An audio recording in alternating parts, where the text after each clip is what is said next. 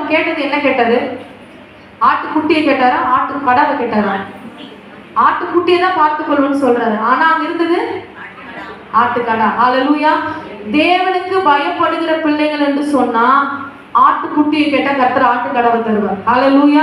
Abraham சொன்னது, தேவன் நமக்கு ஆட்டுக்குட்டியை பார்த்து கொள்வார்ப்பா, நீ அதை பத்தி கவலைப்படாத அப்படின்னு சொல்லிட்டு அங்க கூட்டு போறாரு. அவருடைய அந்த தயால குணத்தை பார்த்து தேவன் அங்க ஆட்டுக்கடாவை கொடுத்தார். ஹல்லேலூயா.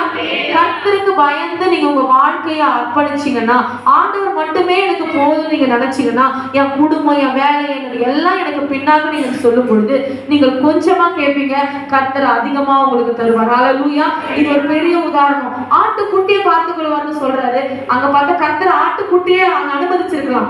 ஆனா அங்க ஆட்டுக்கடாவை தராரு. எதுக்கு அதை கொடுத்தாருன்னா, கர்த்தருக்கு பயப்படுகிற மனுஷனை நான் இவ்விதமாய் ஆசீர்வதிப்பேன் என்பதற்கு